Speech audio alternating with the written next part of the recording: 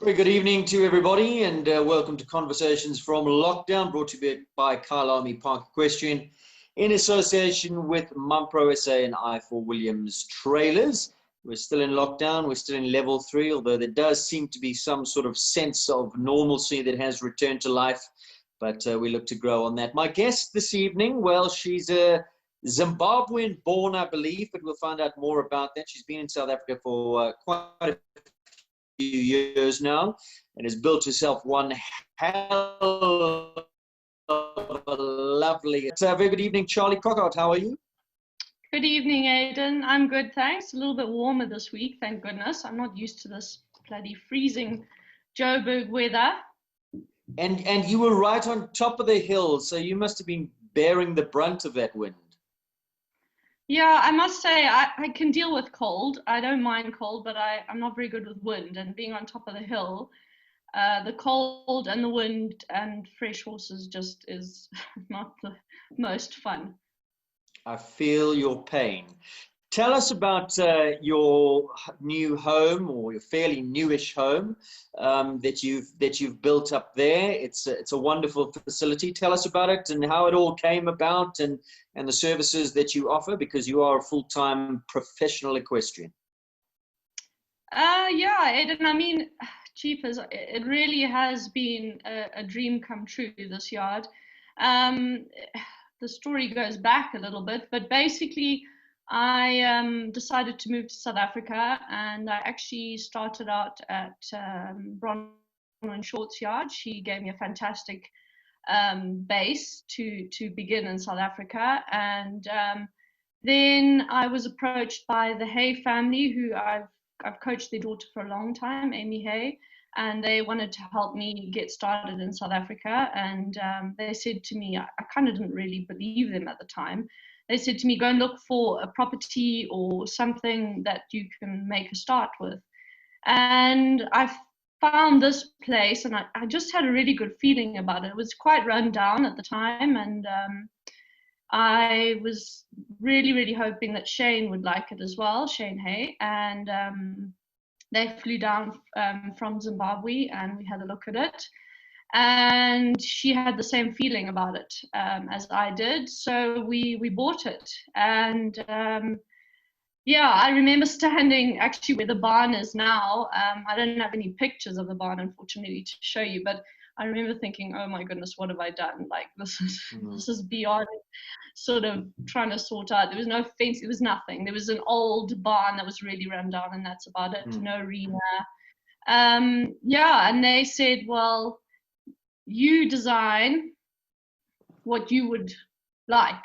And I said, no, well, there's this old barn here. We'll just fix it up and put new doors on. And they said, no.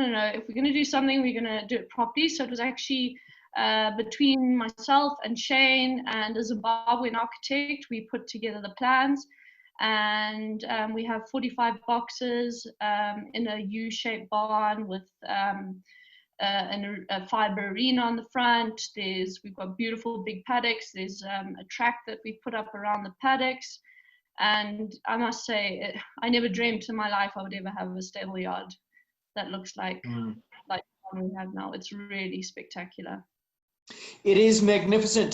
The design, was that all you, or did you draw inspiration from things that you had seen?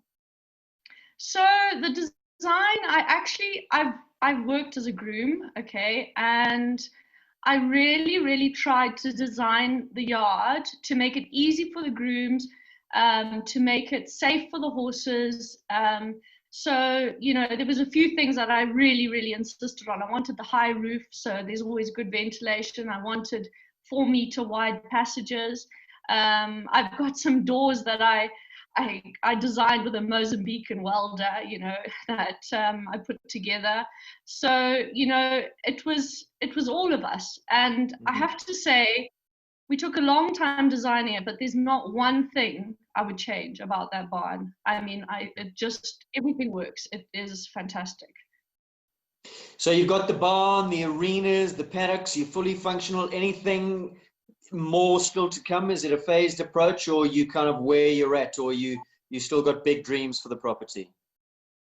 Well, shame. I actually the other day I had a TLB offloading some big wheat straw bales for the winter, and of course I had to pay for the whole day for the TLB to be there. And as one does, I got carried away and I started building derby stuff. So I built some derby steps and a bank and a dike.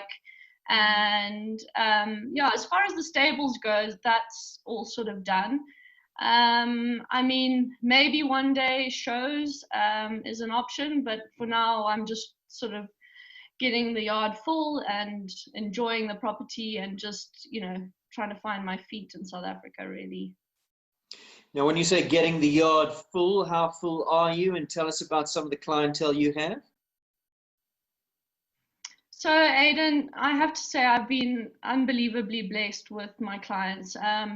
When I moved to South Africa, I had clients from Zimbabwe and Zambia that followed me to South Africa when I was with Bronwyn, and the yard's kind of grown from there. We only finished the stable yard in September last year, so there's 45 boxes, and I literally was fitting horses in to every nook and cranny on the property I could. So my original clients followed me from Zimbabwe, the Barsfields, Ariana Castle, the Castle family, Sophie Teed followed me from Zimbabwe. Those families have been incredible, and Sarah Ash, also a Zambian friend who is now in America. So my base of clients actually moved here with me from Zimbabwe. I now have a few South Africans involved. I've got a junior, Heinrich Nell.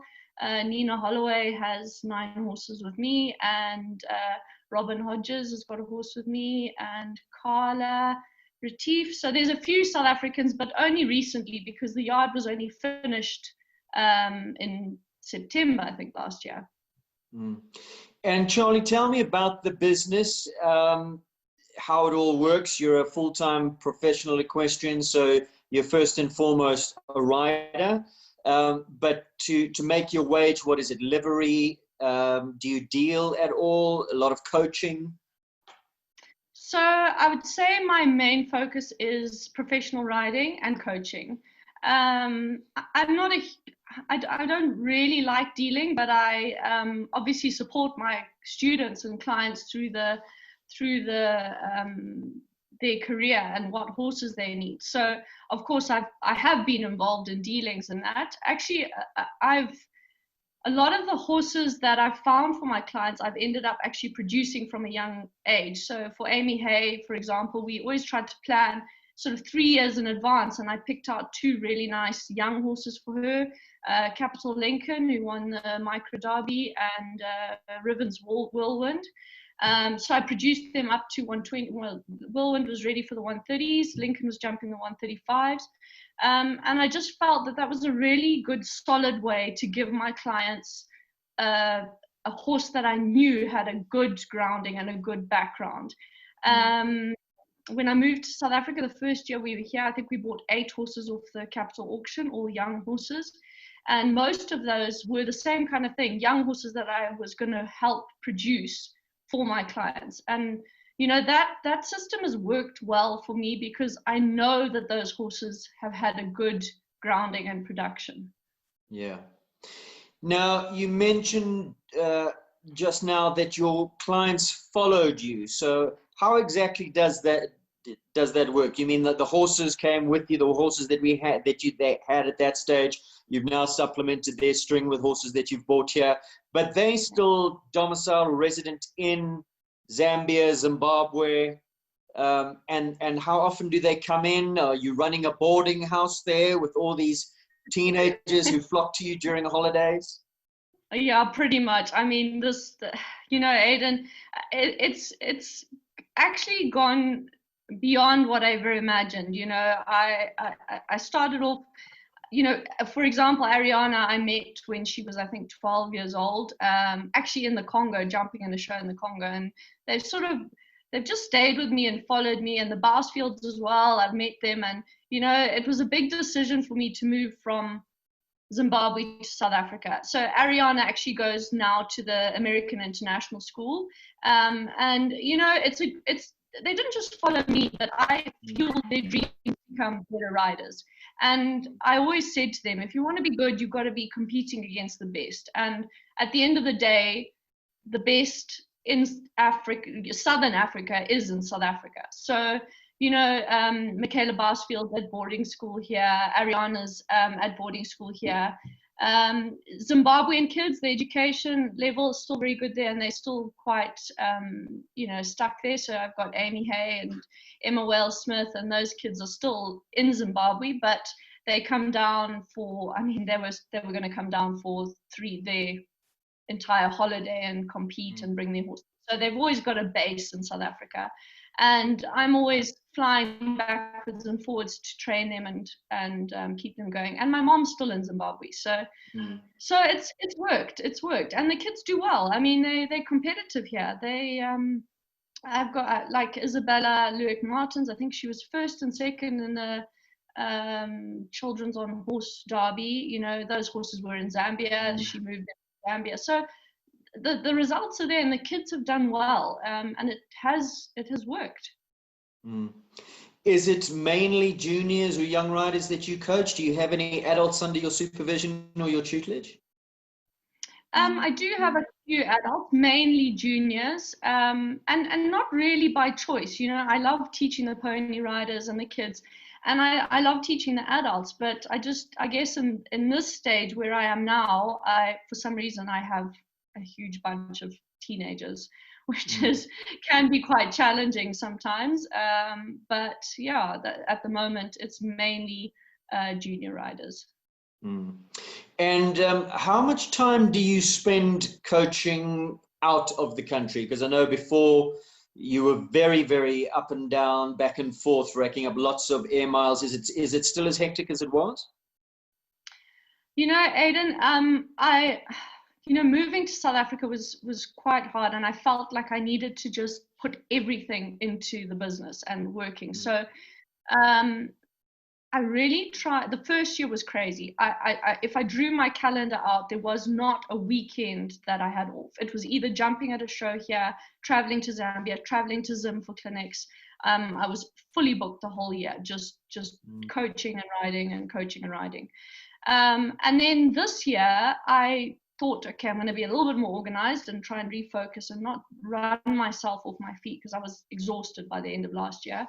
And then I've been involved with the FEI as the head of talent identification for the Youth Olympic Games for the whole of Southern Africa. So I felt that was an amazing opportunity and such an exciting project to be a part of. So I said, of course, yes, I will be part of that. So this year was meant to be as hectic, but I feel like they're great opportunities. And, I'm always a person who, wants to visit new places and meet new people. And I'm an adventurous soul.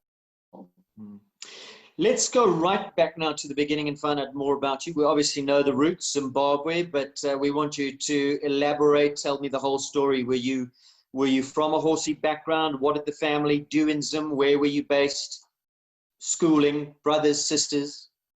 Yeah, so I was born in Harare in 1985. My dad, Scott Crockart, and my mom, Penny Crockart. She was Penny Shepherd. My mom's side of the family was hugely horsey. My mom was a very talented rider. My aunt was a very good rider, Rhodesian rider. My cousin Debbie Adams as well, who was a very, very good rider. But to be honest, my mom, not that she didn't really want me to ride, she never thought she could afford it. It's an expensive sport, so she never really pushed me to ride, I have a brother who is not interested in horses at all. He still lives in Zimbabwe. Anyway, my mom actually went away to Australia to represent Zimbabwe. And when she came back, my gran had bought me a helmet, some riding boots, and apparently a horrible little Welsh pony. And that was the end of it. I literally, like, somebody doesn't remember learning to walk, I don't remember learning to ride. And yeah, I learned with my gran mostly. She was Nan Shepherd, taught hundreds of kids to ride in Zimbabwe. And then sort of made my way. I was really lucky as a kid because I had Debbie's old pony Jupiter, and actually as a kid I can remember being pretty terrified. um, Jupiter in particular was his name, was a little chestnut pony, and he'd hear the bell and just head sideways, and I remember as a kid, I jumped doubles backwards on oxes, in the wrong direction at the beginning because I was just so scared because he was just running. And then I learned that if I just aimed him half in the right direction, that I could actually get around the track, and I started to get competitive. And so my first real pony who was just the best thing for me was a pony called Jupiter. He taught me. He literally carried me around as a kid. And I was nervous. I was really actually a nervous child rider. And then we had Lewisham Riding School was where I grew up. My mom ran Lewisham Riding School. And, although she had the riding school and I grew up on a lot of different ponies, we didn't have a lot of money. And my gran really believed in me. My gran was actually the one who really, really pushed me. And she would go up to, at the end of the year when people were sort of going off ponies onto horses, she would approach them. And I'll never forget, I think it was when I was sort of growing out of Jupiter, she went up to the Steinbergs, who are in Bulawayo, and they had a pony called Prancer. And then the Newtons, a lady called Caroline Newton, she had a pony called Cherry, and my gran would march over there and say, I think you should give this pony to my granddaughter. I think she needs this pony. So, and it worked. I mean, we had no money to buy those ponies, but those two ponies, Cherry and Prancer, were insane. I mean, Cherry was she was like 13.3. She was an Arab cross. And she, Arabs can't do flying change or anything. She'd like trot behind, but she jumped around the 120s. I've got a picture somewhere of her cantering down to a wall, and you can't even see her; you just see her ears. And because they were such fantastic ponies, I actually ended up going up the grades really early for my age. I think when I was 10, I was jumping around the 110s on Cherry, and I'll never forget walking the course actually with my mom. We had a bunch of South Africans actually riding in Bulawayo at a show, and it was a grass arena. And I looked up at her, and I could hear the people saying, these jumps are big and everything. And I looked up at my mom and I said, Mom, geez, these jumps look really big. And she said to me, no, darling, they've just cut the grass really short, so the jumps look big. Don't worry. And I believed her, and so Cherry was unbelievable. And Prancer, oh my gosh, Prancer was amazing. And I have to say, I think to this day, every jump off that I've won and my jump off turns I learned from Prancer, because he had one speed and it was not fast. He had completely one-paced, and his favorite thing was, it was like he knew when the pressure was on in a jump off, and he'd land and I'd go to turn tight to a fence and he'd stick his nose between his knees and just buck and pig root around the corner. And my mom just shout at me, Charlie, just pick his head up and keep your eye on the fence and keep going, So my mom was amazing like that. We like I say, we didn't have a lot of money, but she did everything she could, and my gran did everything that they could to fuel my passion for pony riders. So yeah, then Lewisham was sold quite a long time ago. Ooh, I don't know. That's the riding school. Yeah, Lewisham Riding School was closed, sold. The property was sold when I was about 13, and it was a really rough time because, I mean, we had nowhere to go. And we really, I mean, my parents were struggling. My mom, that was her job. So Lursum was gone. And my dad didn't make a lot of money. And I was determined to keep riding. Sorry, I skipped a bit. My mom actually, when I went to juniors, my mom got me 2 horses. One of them she got because it looked like a horse that she used to ride. And the other one was an older thoroughbred, Braveheart. So I had Braveheart and Phantom. And they were terrible horses. I tell my mom every day, I'm like, Mom, what were you thinking putting me on those horses? They were horrific. And Phantom used to buck me off. Aidan, I promise you, he was a nightmare. And he had bad technique. He was spooky as anything. And he wasn't the most careful either. So I look at my mom like, Mom, what are you thinking? She decided. That sounds like a bad recipe. Yeah, but you know, and I was scared of him. I mean, I was little. I was not a super brave rider. And I actually remember the one time he bucked me off all the time. And he would take off across the arena, stick his head down, and then just give off a mother buck. And the one day I had a lesson with my aunt on him, and he didn't like my aunt at all, Anne.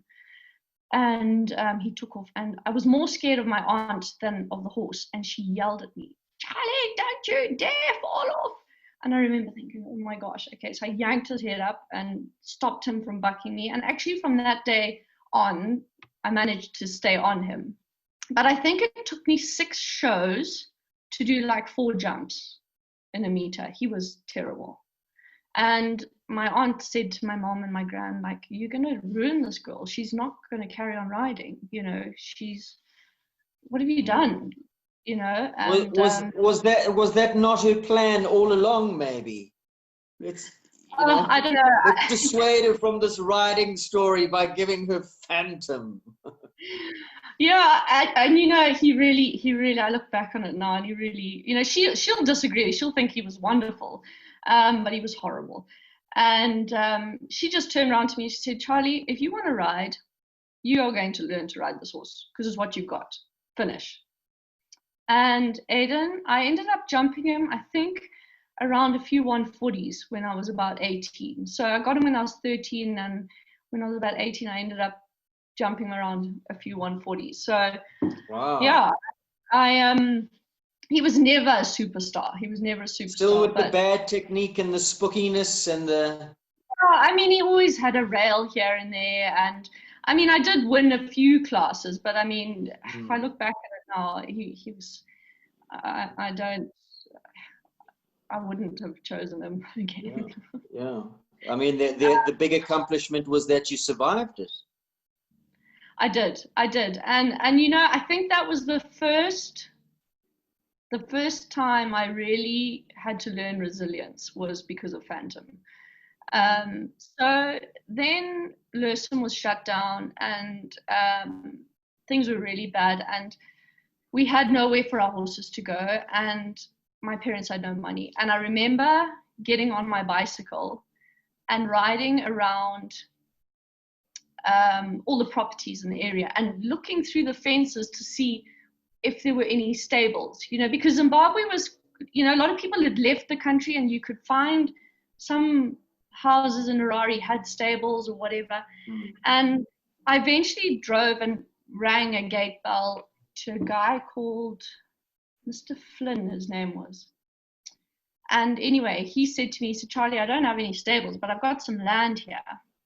And anyway, cut a long story short, I actually ended up taking wooden pallets from my dad's factory where he worked. He worked for a place called Plastic Industries, and put a roof up and built stables out of the wooden pallets and built paddocks. And I rode on an old sand tennis court for a few years. And my mom had no money. My gran helped where she could. I mean, she really did help.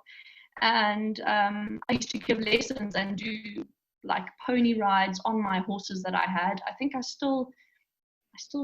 had like a pony called High Hopes, and then I had Phantom who I'd lead around. I think I still had brave heart as well.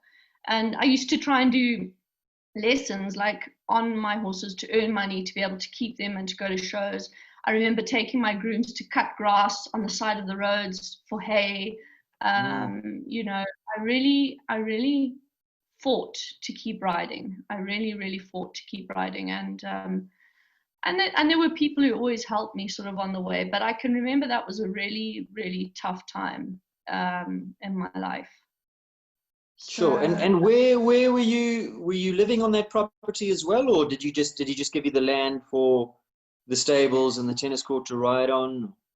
No, so we lived probably about 3 kilometers away, and I'll never forget, we were at the bottom of Sugarloaf Hill, and Mr. Flynn was at the top of Sugarloaf Hill, and it was a serious hill.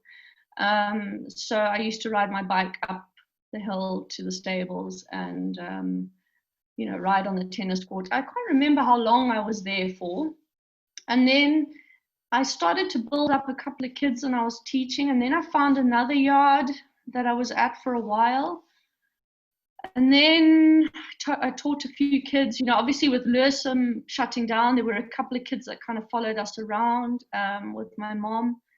And then I'm trying to remember. Then do you remember, were there times in that period where you were tempted to pack it all in? That it was just that tough? Never. Like I was going to ride. I from the minute, I don't remember learning to ride, and in my head there was always this total determination to keep going no matter what. You know, and my mom and dad helped me as much as they could, but they really, there was a time that was really tough. I went to a government school in Zimbabwe, Lersum Primary School, and then I went to Watershed College, which was a boarding school that I hated, absolutely hated. I lasted a year because I couldn't be with my horses. And then I was at Spaces College. But yeah, I always made a plan. I'd teach or I'd ride people's horses from a young age to just keep going, to keep being able.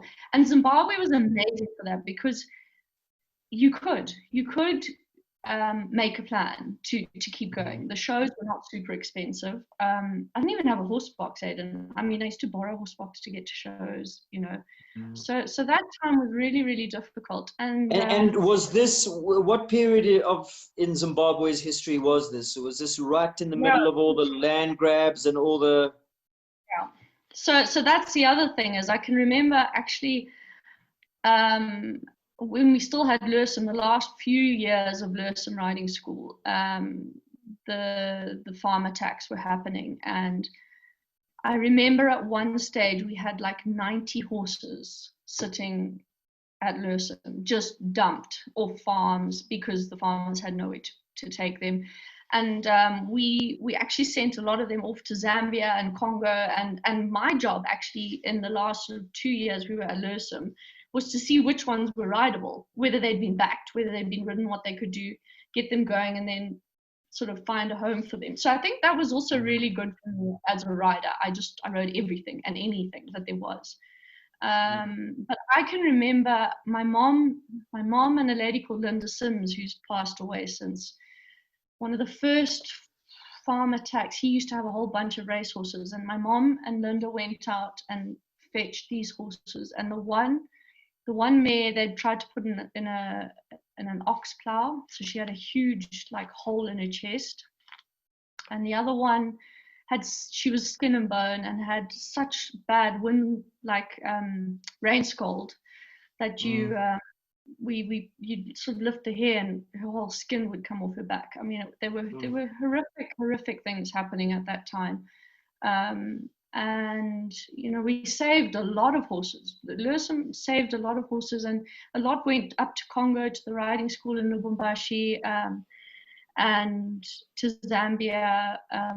But it was a crazy time. I was never affected by the farm attacks as such because I was in Harare, but I could remember seeing the one time actually there was a bunch of farm horses that got dumped with us. And the zebra had grown up with horses, And of course, like Lewisam had some really good show jumping, professionals, and then the riding school, and then we were trying to rescue these ponies, and this bloody zebra jumped off the track, and it was chaos. The one little pony, I'll never forget, took a look at the zebra and just collapsed like a fainting goat on the ground. The zebra. Yeah, we darted him and sent him off to a game park and everything. But it was wild. It was really crazy times. Yeah. So then I got invited for the first time.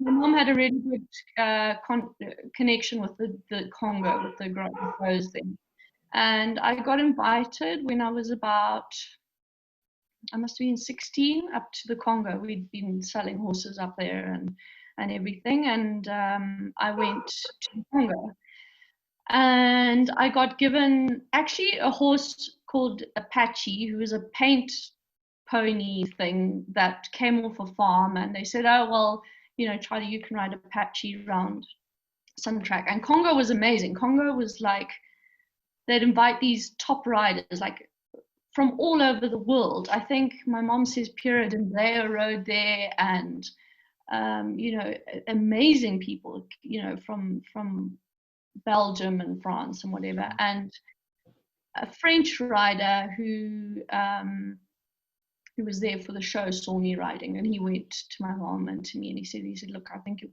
daughter's quite talented, and if she ever wants to come to Europe, you can send her to Europe.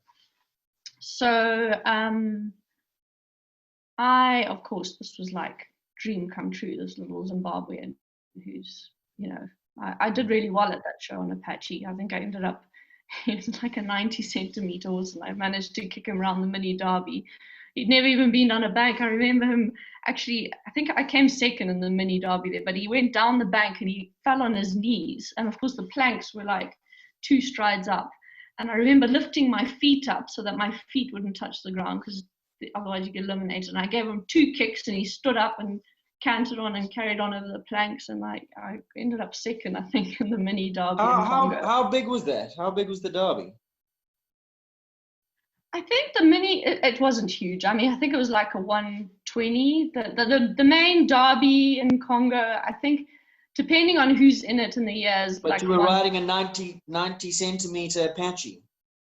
Yeah, Apache, the bush pony that was sent in from the war vets, and I kicked him around the mini derby. And I remember saying to my mom, I'm going to put him in the mini derby. And she said, no, well, And I thought, no, well, I was fearless and a bit crazy and just carried on, and he did it. He was fantastic. I think he's still alive at Circular Peak. I'm not sure, but yeah. So Apache actually got me noticed in when I was riding in Congo, and actually just going back a couple of steps. My other huge passion is fishing and the bush. Like I grew up fishing and in the bush with my dad, like that. My dad and I were best friends, and he was very proud of me with my riding, but he never really got involved with it.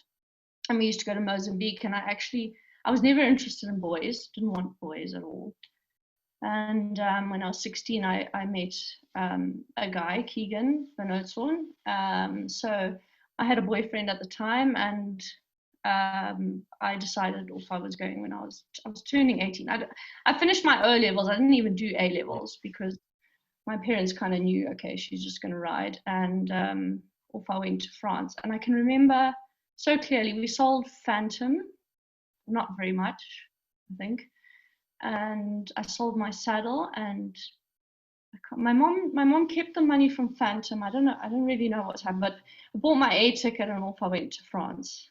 And I arrived there. I couldn't speak a word of French. It was freezing cold. And to be honest, it was actually a pretty horrible time. I started riding with this guy in France, and he was not actually a very nice man. He nearly broke me from a riding point of view. He was really, really hard on me. And was he the guy that spotted you at the show? Yeah. But looking back on it now, he wasn't really not a nice man, Aidan. I think he actually just saw, okay, this is quite a pretty young blonde chick who can ride, and she'd be nice to have around the yard. And well, let's just say he pretty much had ulterior motives. And I remember dirty Frenchman. Yeah, exactly. And I had 60 euro to my name, I think. And basically what happened was I didn't have a cell phone. I didn't have anything. I had a card, an international card that I'd go down to the like payphone thing. And I could email my mom. And I'd been away at a show with him as a groom. And he basically, he used to drink as well. And he came into the truck the one day and he thought, oh, well, you know, if you want to be my boyfriend type thing, you can come and give me a kiss or whatever. And I said, no, look, I'm not interested. I was still with Keegan at the time. And he really turned nasty after that. Like, he told me I was really a bad rider, and it was really hard. But and I could not speak a word of French. I was useless. There was awful. Yeah, it was pretty awful. But I mean, you were 18, and how old was the lecherous Frenchman, drinking drunken Frenchman? Yeah, he was probably in his 40s, I think. Oh, but man. Yeah, and then so anyway, the whole thing blew up. I actually, the week before, he had a client there, Bernard and Marie-Christine Garou, who they're like my family now. They've really been unbelievable. I met them the week before, and I don't think I'd had a day off in like 3 months or something, and I didn't know anyone, and it was really hard, Aidan. I was working my backside off. It was really hard, and I don't regret it at all. It really taught me to. Well, what type of yard was this? I mean, was this a big yard, a professional yard, a jumping yard? Yeah, so he was at the time he was a very good rider. I think he had ridden for the French team, but he was a very hard. The Frenchman. Yeah, I guess that nobody will know anymore. But he was a very hard rider. Very sort of almost Germanic in a way for a French rider. And anyway, Marie-Christine and Bernard had a horse in partnership with him, and they were there. And Bernard could speak a little bit of English, and so they actually said to Ludo, who was the rider, he said, can't you give her a day off on a Sunday and we'll take her to see a bit of France and whatever, which he allowed. And I went out with them, and they were just really lovely people. And anyway, after this weekend where he sort of asked me to come and, the big truck with the bed, and he said, lie with me. And I was like, no, I'm not interested. He really got nasty. And all I had was email, and I used his email. So I emailed my mom, and I said, Mom, I'm actually really unhappy, and this is not going well, and this is what he said, and blah, blah, blah. Anyway, cut a long story short, he came home and he read my email to my mom, and he went mad. And I'll never forget it. It was late. It was about 11:30 at night, and I got on my bicycle. He told me to get out of here, just get off his property. He was yelling at me. It was horrible. And I got on my bicycle and I rode down to the payphone, and I phoned my mom, who then phoned Bernard and Marie-Christine, because I didn't know anyone. I didn't have anyone to go to. And Bernard and Marie-Christine actually came and picked me up, and I went and stayed with them. And then, of course, it was all quite intense because they had partnership in horses with him, and it had all kind of blown up a little. Did they know what he was like before all this happened? They did kind of know what he was like, and especially when I told them about what had happened and everything. So they these are people who, like, I look back on it now and I think these people were amazing. They took me in, and even then I couldn't speak any French, and Aiden, I mean, I could have, my mom always said, just come home, and there was something inside me. I didn't want to be one of those, in my mind, I didn't want to be one of those African girls, Southern African girls who goes over and doesn't stick it out. And I know I'd had a hard time, but inside of me, I had been determined to be there for a year in France. I was going to stay for a year. So they kind of said, well, do you want to go home? And I said, no, I'm not going home. So I stayed with Marie-Christine and Bernard for a while. And she couldn't have children. So she took me in, and they were really honestly like my parents. I learned French within 6 months. They helped me learn French. So I can speak fluent French. And then we found another stable yard because I said, I came here to ride, I need to ride. But because of who he was, they couldn't say that I'd come from there. So I arrived, I'll never forget, I arrived at it was a riding school with the guy also had a few show jumpers on the side, like that he jumped in the 140s. And I got stuck on a school pony, like a proper school pony. And they obviously had like the little sideline coach. And I was trotting around this little indoor on this pony. And I thought, Charlie, if you don't do something, you're going to be miserable for the next 6 months at this yard.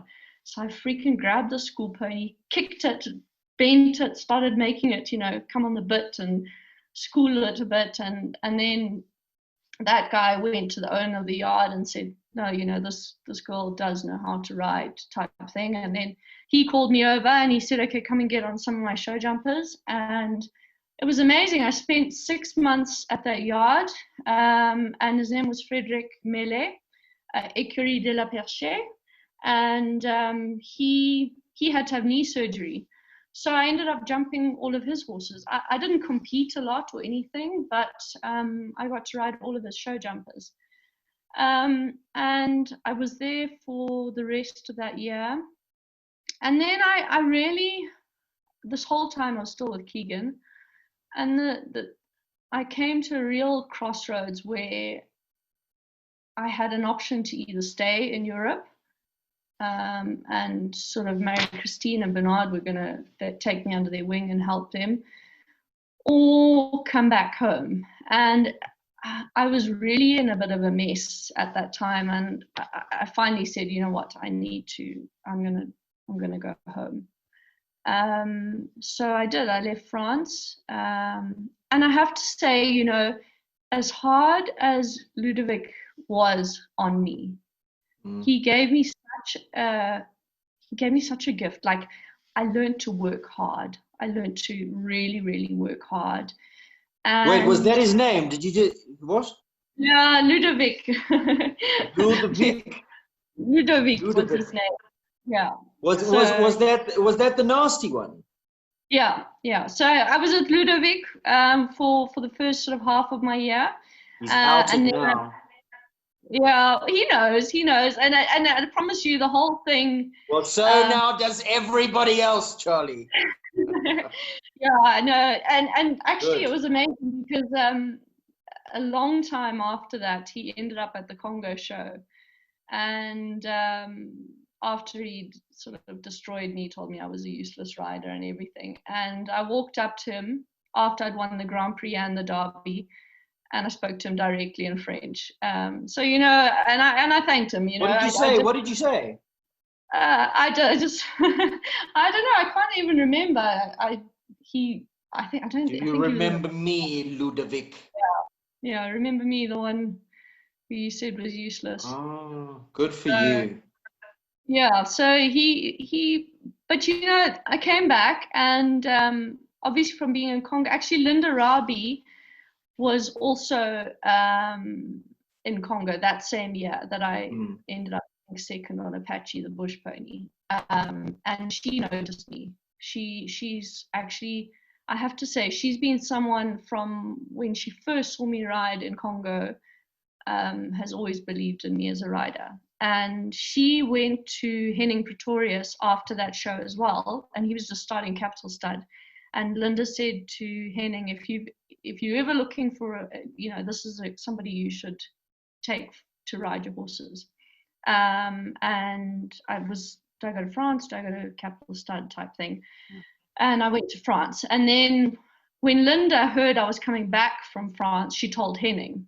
And I remember coming back, and literally I'd been home for 2-3 weeks, and Henning phoned me and said, will you come and work for Capital Stud?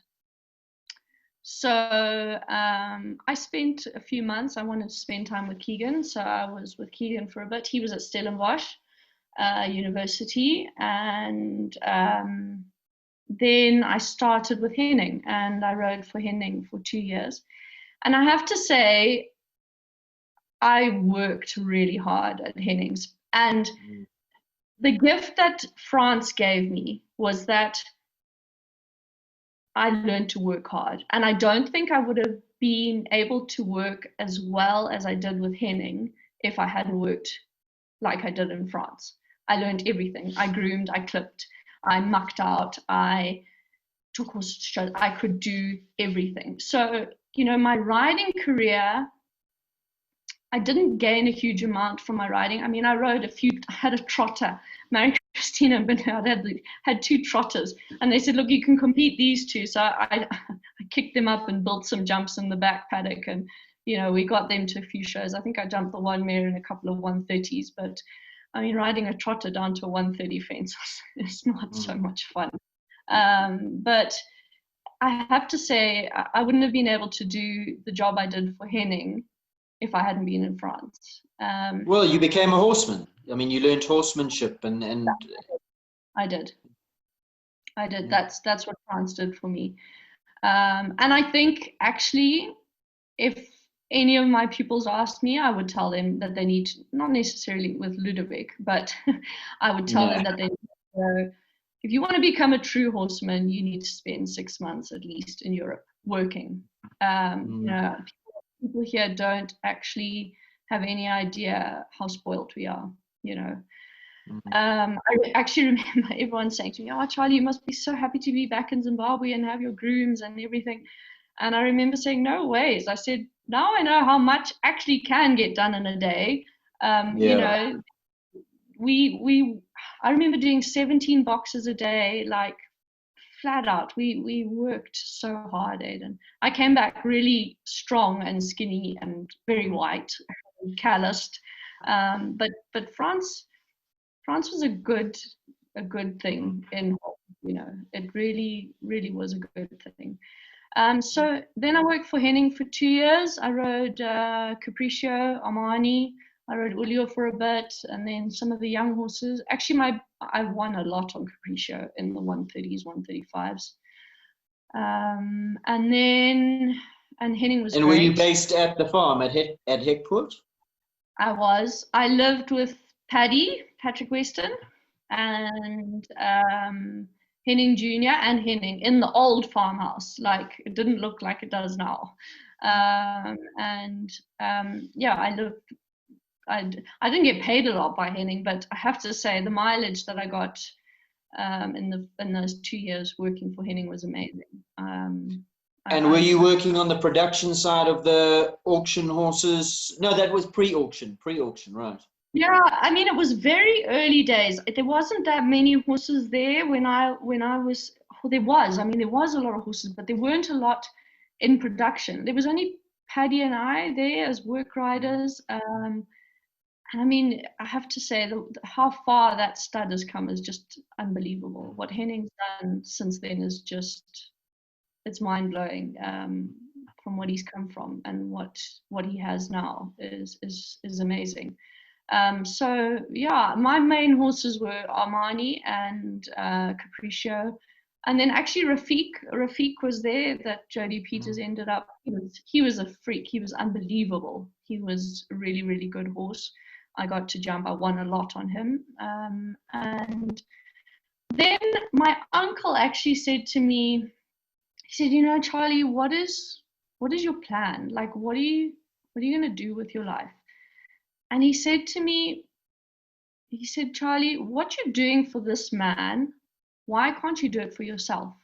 Why can't you do this business for yourself? Why do you have to work for someone else? And that really got me to start thinking. I was still with Keegan at the time, and he had started farming in Zimbabwe near the airport. And I made the decision to go back to Zimbabwe, but I didn't want to go back and sort of do nothing. I had a plan. I decided I was going to go and buy a few horses off the track, good Zimbabwean thoroughbreds, and start to produce them and find a stable yard. So that's what I did. I went back to Zimbabwe and I bought 3 horses off the track. First 3, I think there was a mare called Serene Miss, a gelding called Apache Cause, and then another one called Squire. And then I bought Spice Age and Trip of a Lifetime, and I produced them. And Serene Miss was bought actually by a South African lady, Corinne Barker, who invented her. And Charlie, those were all thoroughbreds. There was no warm blood kind of operations or studs happening? No, it was still very much, there weren't many warm. There was 2 warm blood studs, but I wasn't sort of involved with them at all. And so I went and I was living with Keegan, and I started a yard, and then people in Zim started to ask me if I would. Where did you start the yard? Sorry to interrupt. Actually, it was again, I got in my car and drove around Harare and found a stable yard. It was an old stud farm that had been bought by a black guy who was, I don't know, he bought it as an investment, and he let me lease it and rent it. And I was based, we didn't have great facilities either. We had a tiny little arena. And then, I started coaching. I started coaching Sophie Teed, Roderick Swart, Carla Vernootson, who was Keegan's niece, Tyler Carragher. There was about 8 kids on ponies that I started coaching. And then they literally, I coached them all the way up. We would go, I traveled with those kids. We used to take them, I took them to Congo, I took them to Zambia, I took him to South Africa to compete, and then I was very, very lucky. I remembered a horse. Funny how before I went to France, I remembered a horse that I'd seen jump, that he always blew me away. And I woke up, literally, talk about like being sent a message. I woke up at like 3 o'clock in the morning, and I suddenly thought of this horse his name was World Leader. And I phoned my mom and said, Mom, whatever happened to World Leader? And she said, geez, Charlie, I don't know. He's probably still with Caroline. Caroline Morgood was the lady who owned him. So I phoned her and I said, Caroline, what are you doing with World Leader? Would you sell him? Would you, what's the story? And she said to me, he's been sitting in my paddock doing nothing for 2 years, and maybe I should sell him, So I said, well, can I come and sit on him? And he was unbelievable. He was a South African bred thoroughbred. He was a model man, and he was my first real, really, really good horse, World Leader. And Caroline, I sat on him. I jumped, I think, 3 jumps, and I said to Caroline, I'm getting off this horse, because if I can't have him, I don't want to ride him over another fence. And she came back to me 2 days later, and she said, Charlie, I love this horse too much. I can't sell him. And I said, no, I understand. And the next day, my mom actually said, just phone Caroline and ask if you can ride him.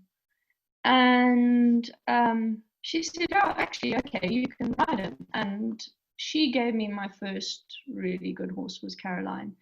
He won the Derby, the Chinoy Derby with me. I think he won one of the Grand Prix in Congo. I jumped my first 150 class here in South Africa on him. He was amazing, very quirky, very, very quirky. I literally knew when I was going to win a class on him, because you could walk up to him. I couldn't get on him. I used to have to walk up to him and he'd stamp his feet like a stallion and like attack you with his front feet. So I had one groom who had to talk to him and pat him and give him carrots, and then I'd sort of get on and go. That was it. And he'd just get really, really pumped up. But he jumped like a warm blood. He was stocky and strong and big and beautiful technique, kicked up behind. I've got a picture somewhere. I think he jumped like in a 6-bar, I don't know, mass. It was on, like, I think there was one hole left at the top of the wing. He was just, he was my first really, really special horse, as difficult. What was his dam line? Do you remember his dam line? He was Model Man out of a Jewel of Angels mare. I don't know, Jewel of Angels, which was American, I think.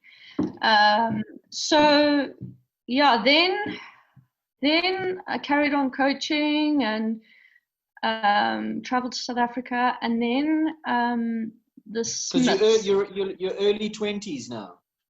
Early 20s, yeah. So I was living on the farm, came in, coached, you know, I was making a living out of the yard. And I'd travel to South Africa once a year. I'd bring World Leader down once. Yeah, it was mainly World Leader then, down once a year. And then the Smith family, Emma Smith and Graham Smith, they brought 2 horses to my yard. Intercooler was a cool star out of a mid-beat mare. And then Power Zone was, I think he was a Sailor Prince, if I'm not mistaken. So Emma jumped those horses up through the grades, and she brought them down to South Africa, and she did really, really well in South Africa. And she was going off to university, and Graham was going to sell the horses. And I rode Intercooler in the last couple of shows. And people really wanted him. He was amazing, Ed. And I think, you know, I don't know how many people actually in South Africa got to watch him, but he really was one of those spectacular thoroughbreds. He was one in a million. And everyone wanted to buy him. And Graham Smith was amazing. He said to me, Charlie, you deserve a chance. He said, we'll sell Power Zone. He said, but Intercooler you keep, and you go as far as you can with him. And you know that Aidan, I have to say, I've been so lucky. I've had people through my life have always somehow supported and helped me get horses, you know. So Graham gave me Intercooler, and he was amazing. Actually, I had him for a year or so, and I was training in Zim, and then I came down for Revel show, and my mom said, no, you must go and jump the World Cup. And Bob Ellis was building that World Cup qualifier, and I remember walking the course, and the song that was playing was so clear, was that I'm in over my head. I remember walking the course, and I mean, it was massive. Bob Ellis it was huge, and off I went, and I rode a little bit like hectic and nervous, but Intercooler went around that track. I think there was only 3 clears or something ridiculous, and he ended up in the top 6 of his first ever World Cup qualifier. He went round he had 1 pole at the triple bar, which was my fault, but he cantered around that World Cup. And then we went back to, I didn't jump him the second round. Dominique said to me, look, you know, he's new in the World Cup. You've really opened his eyes. Just leave him for now and bring him back down and then put him back up. So we took him back to Zimbabwe, and he actually colicked, and we lost him to colic. So that was a huge blow. And then I was left. What after the show, related to the show? Yeah. Or?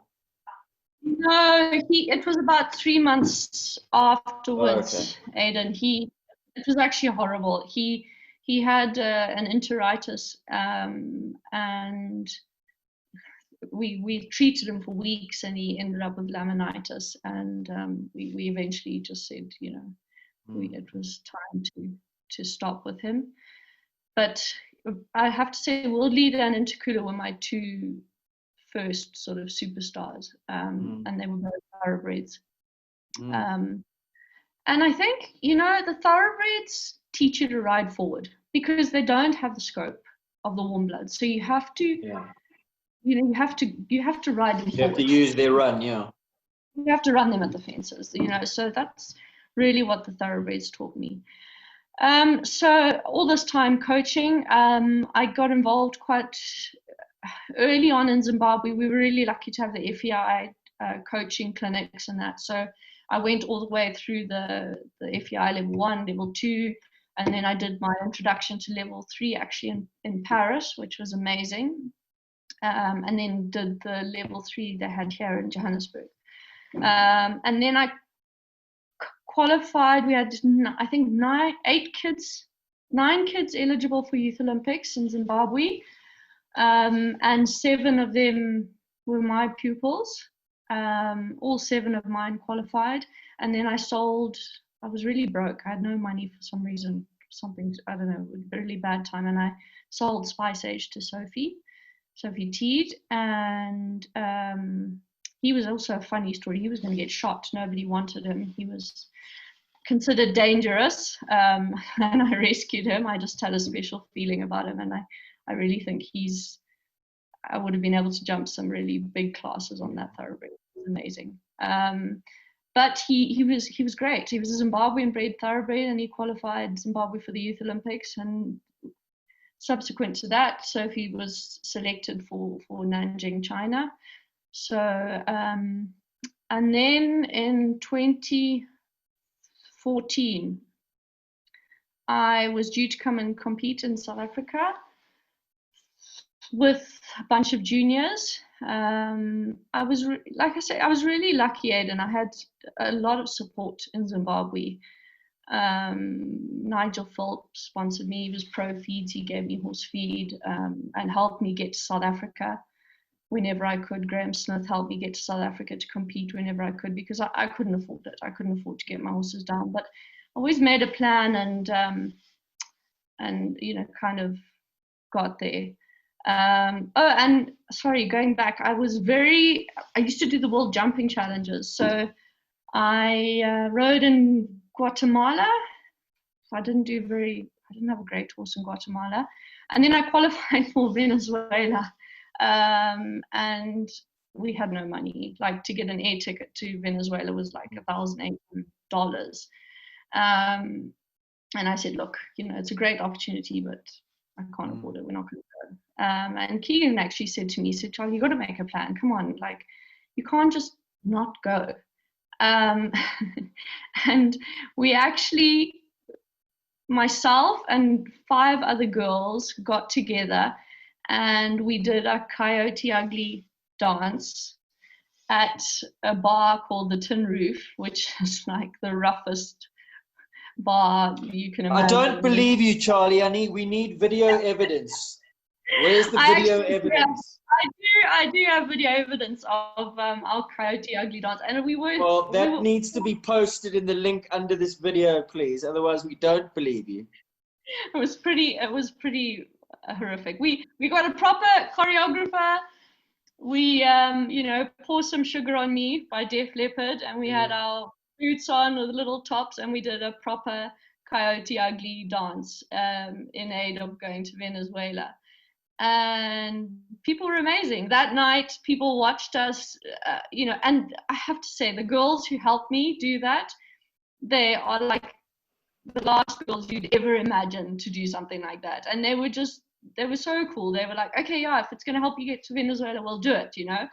And we practiced, and we did it. We were on the bar with the smoke machine, dancing to Pour Some Sugar on Me, and we actually didn't quite raise enough. And then there was a guy in the crowd who said, you know, geez, these chicks have got balls, and whatever they don't come up with, we will top up the rest so she can get to Venezuela.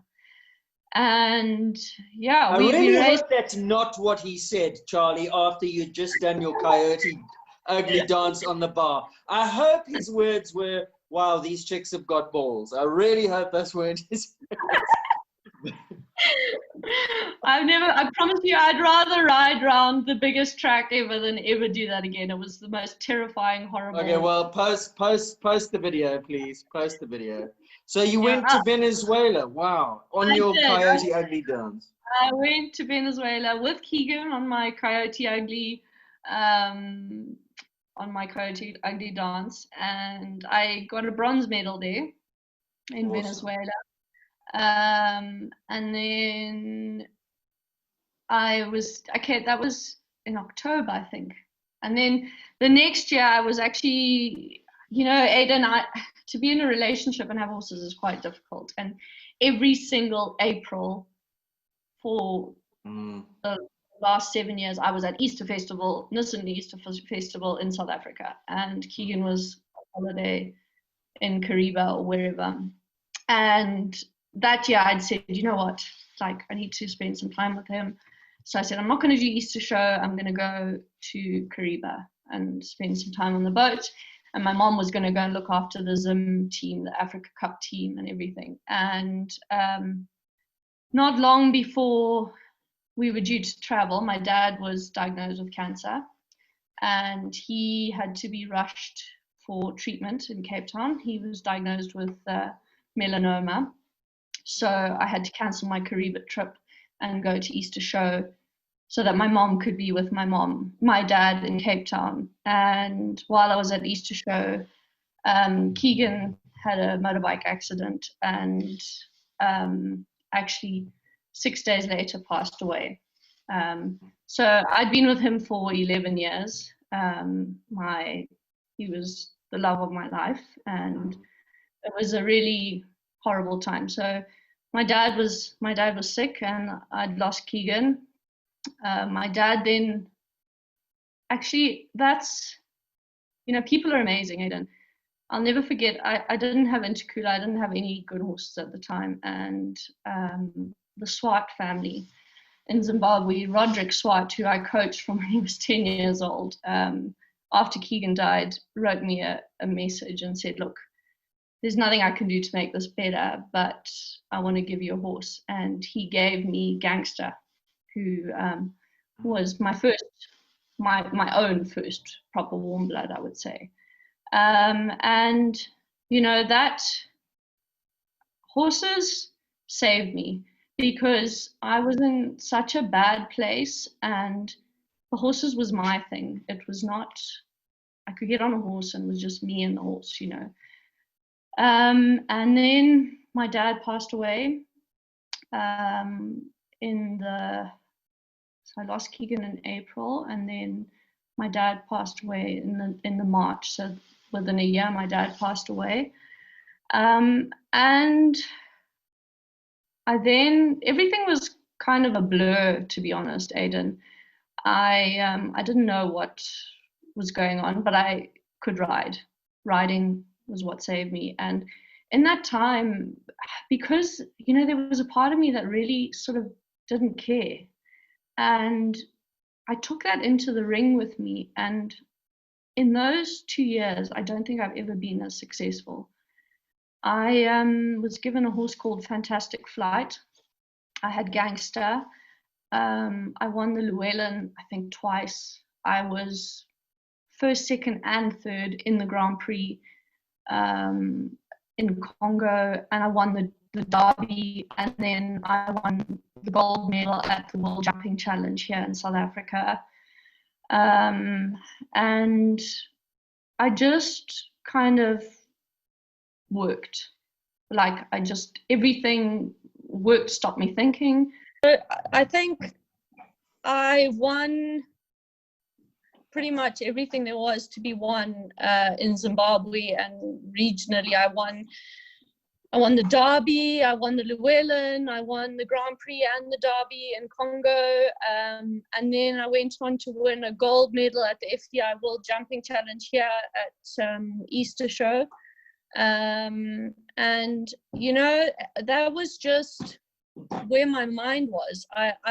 There was a part of me that didn't care, so when I stepped into the ring, I just gave everything that I had.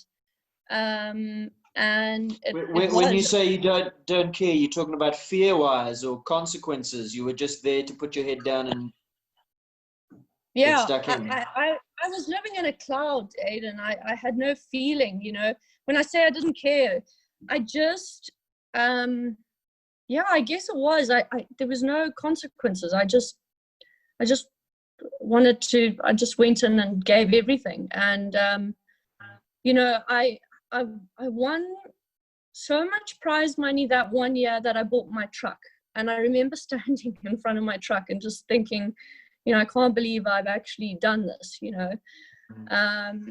And people were behind me. I mean, I was given Gangster won the Llewellyn for me. And he was my first really scopy horse. And then Andy Lowe said to me, Charlie, go out and find yourself something that's going to jump the big classes for you. And he bought me Lord Derby. Helen Davidson, who I've ridden for years for, she gave me Fantastic Flight, who was not a top horse, but at her level, the 130, 135, she was unbeatable. She was amazing. And yeah, Aiden, you know, the horses saved me because I could escape. I could escape what had happened to me. I could escape the reality of everything. But you know, it did start to catch up to me, and I can remember it was about 3. I went actually after my dad died. I must say, I didn't know what to do with myself. I had no horses. I was in quite a dark place, and I went and spent 3 months in the UK, and I rode with Mark Dorgan for a few months, and then I got to spend a week with Billy Toomey, which was amazing. And just, I didn't know what I wanted. I didn't know what to do with myself. I was just sort of surviving, to be honest. And the horses helped me. That's the one thing I could do, was ride. And that's what I did. I rode and I worked really, really hard. But I needed to do something. After Keegan died, I moved 7 times within, 2 years. I was really unhappy. I was surviving and I was successful, but I was unhappy. I needed to do something. I needed to change.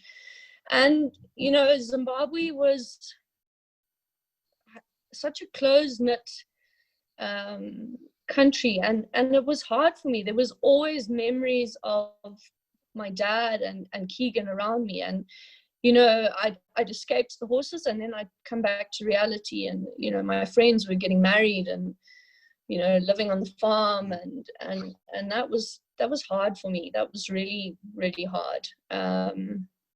And I remember I loved him more than anyone can imagine. And if somebody had said to me, Charlie, you're going to lose. I also lost my grand just actually 2 days after I won the Llewellyn, I lost my gran. If somebody said to me within a year, you're going to lose Keegan, your dad, and your gran, I would have said, there's no ways I could survive something like that. But the truth is, you don't have a choice. Like, I can't change what happened. I had to survive it. That was it. But I decided, that's it. I need to do something, and I need to do something drastic. I had a yard of 30 horses in Zimbabwe, and I said to my mom, I'm going to South Africa. And I promise you, Aiden, it was literally like this. I packed my truck with 6 horses, my 3 dogs, my 3 little schnauzers. My mom came with me, and an amazing friend called Sarah Ash, who has been a great, great friend. And my bed, my cupboard, and 2 grooms. And I drove across the border, and I moved into Bronnan's yard, a tiny little cottage there with the 6 horses, and then 7, 8 horses, and then the Bassfields moved to me, and that was my start in South Africa. And this wasn't a lot of forward planning. This was more spur of the moment. I just got to get out, and you did it. Yeah, I needed to do something, and I had nothing to lose, Aiden. I'd lost everything. I had nothing to lose, and I needed to change something. I needed to do something. I was really bad. And people believe me. You know, Domini's always believed in me. Domini's always supported me. And I didn't want, this was sort of 3 years after Keegan died. I didn't want to make a drastic decision because everyone said, oh, you're emotional and, you know, you got people who support you. And, but literally it did come down to, okay, I'm doing it. I'm going. That's it. And, yeah, Dom said, go for it, you'll be fine. And I did. I packed my truck up, and that's how it was. I'm 2 days across the border, and I was at Bronwyn's, and I moved in, and I started there. And then I moved from Bronwyn's, and the Hays were unbelievable, and have built this yard. I then was very blessed to meet the Bergs, who have given me 3 unbelievable horses to jump. And I've got, cheap as Aiden, I have to say, I was standing in front of the barn the other day, and I never dreamed I would be sitting on horses that I have today. Never in my life did I ever think I would have horses that I have today. And South Africa's been amazing. The South African equestrian community has been amazing. They have supported me. They have welcomed me. I was so scared to be lonely. I was arm robbed. They took everything from me in a cottage, and Andy Olaf took me in and looked after me for, geez, I don't know how long I lived with Andy, you know, and I had really amazing friends. And then I decided, which was really hard for me, I met a guy called Roy, and I really didn't want a boyfriend. But I didn't want to be that crazy horse lady with schnauzers who grew old, single, and miserable. So I thought, Charlie, don't be such a, you know, just wind your neck in and give the guy a chance. And I have been with Roy now, I think it's 2 years now. And she said, and like I say, I couldn't have thought of anyone, you know, he's just been an amazing influence in my life in South Africa. He's helped me with the business. He supports me. He believes in me. He's the most wonderful person. And I have to say, I'm happy. Like I'm happy again. And I love South Africa. And I'm still hungry to win and to do better. And yeah, I just, I never thought. I've got, you know, Midfeeds has sponsored me. I've got amazing clients. The horses I have are world class. I never dreamed I would have this, you know. So I'm very lucky. I'm very, very lucky. Well, I mean, Charlie, you are lucky, but you're also inspirational. I mean, you are the epitome of true grit.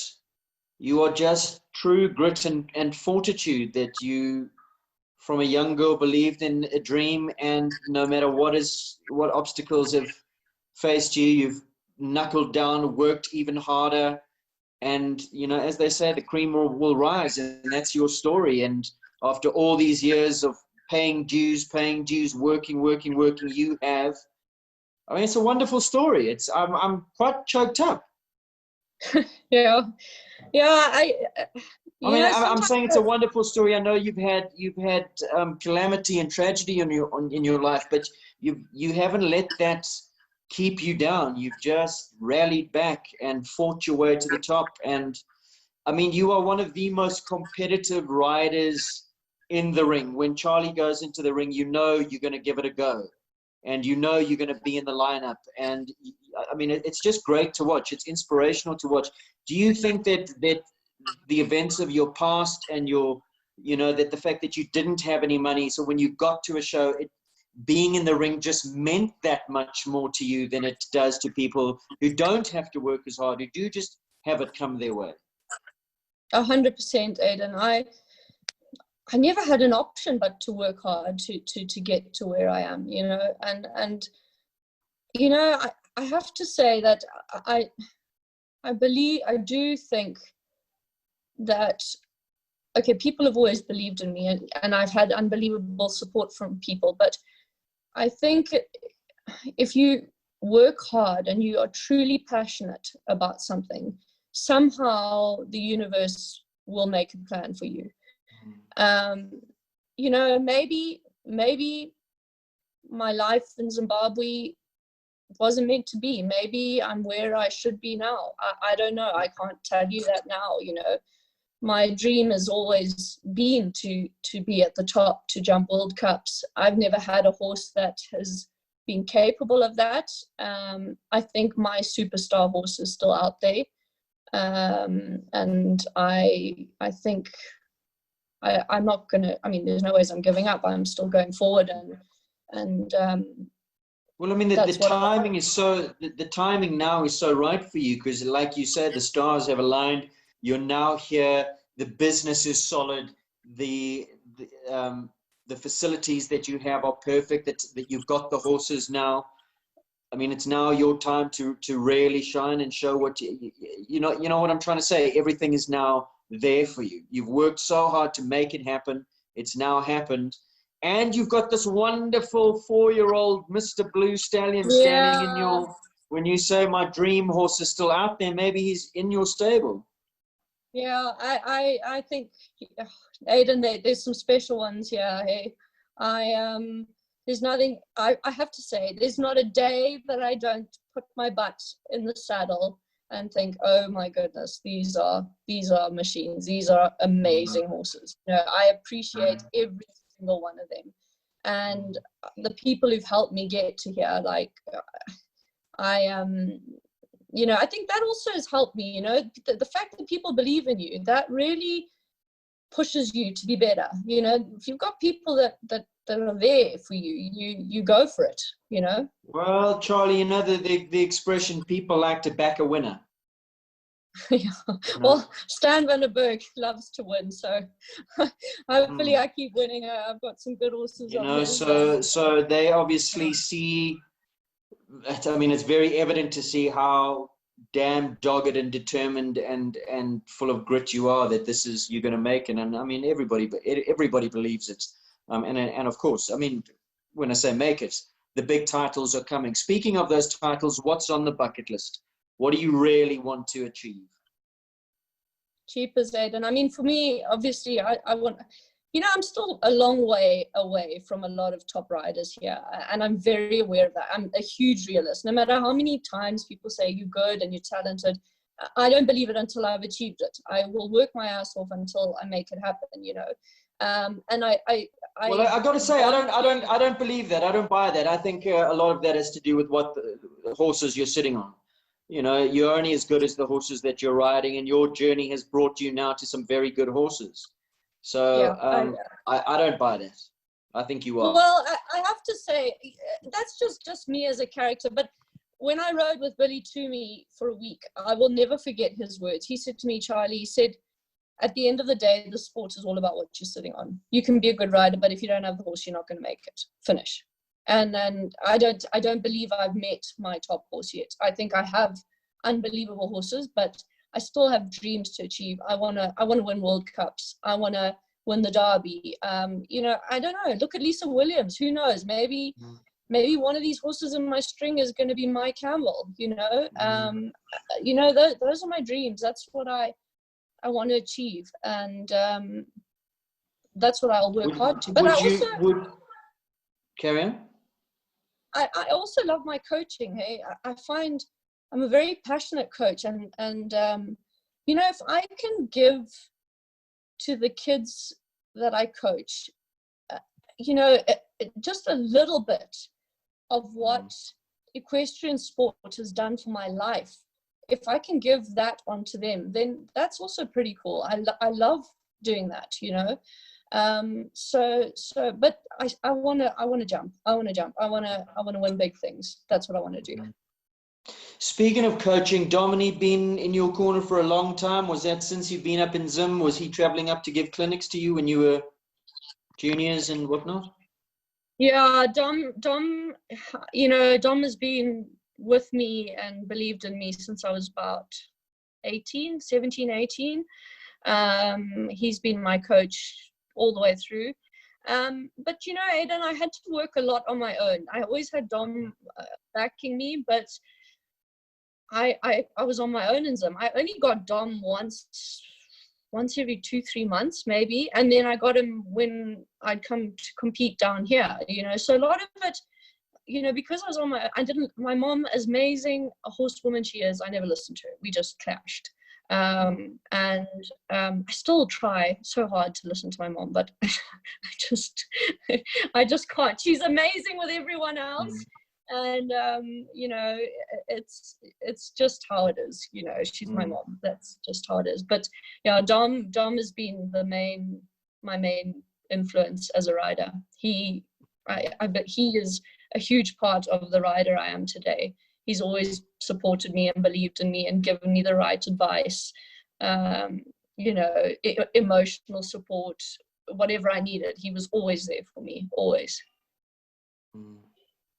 What advice would you give to people who perhaps come from similar circumstances or backgrounds, who are in love with the sport as you have been? Some sage advice, so, you know, that haven't come from very privileged backgrounds and there isn't this huge surplus of money to support riding because it is a hellishly expensive sport. You've dug deep, you've made it. What's the recipe? What are the ingredients? You know, Aidan, a couple of things. For sure, hard work. Like I sacrificed a lot. Even as a teenager, I remember friends would go off partying and on weekends to Kariba, and I'd be like, no, I've got a horse show. You know, I've got Domini this weekend. You know, I in my mind it was only riding. I was going to ride, and I sacrificed everything to become a rider. I just had that passion inside me. And also, you know, I had a lot of setbacks. You know, I remember as a child rider, on Cherry years ago, I'd won 3 out of 4 classes, and I wasn't selected for the Zim team. And then I again had an opportunity to compete for Zimbabwe and South Africa, and I smashed my finger. So, but I always kept going. And I have to say that of all those team events, I'm the only one of those kids still riding today. They've all moved on and everything. So, you know, a huge piece of advice is, even if you don't, you know, if you don't win today, and today is not your day, it doesn't mean that something amazing is coming in the future. Just keep going. And if you work hard enough and are honest and open and, you know, give back to the sport. I think giving back to the sport is a huge thing. Good things come your way. And like I say, it might not be today.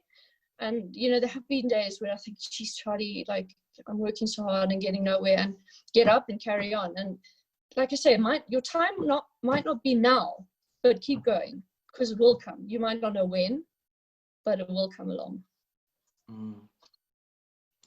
Unbelievable story. And wow, I'm moved.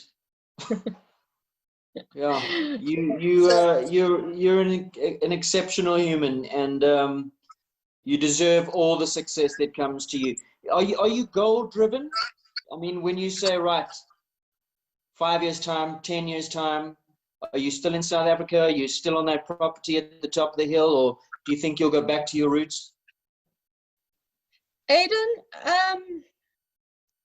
you know, I guess because of what's happened to me, I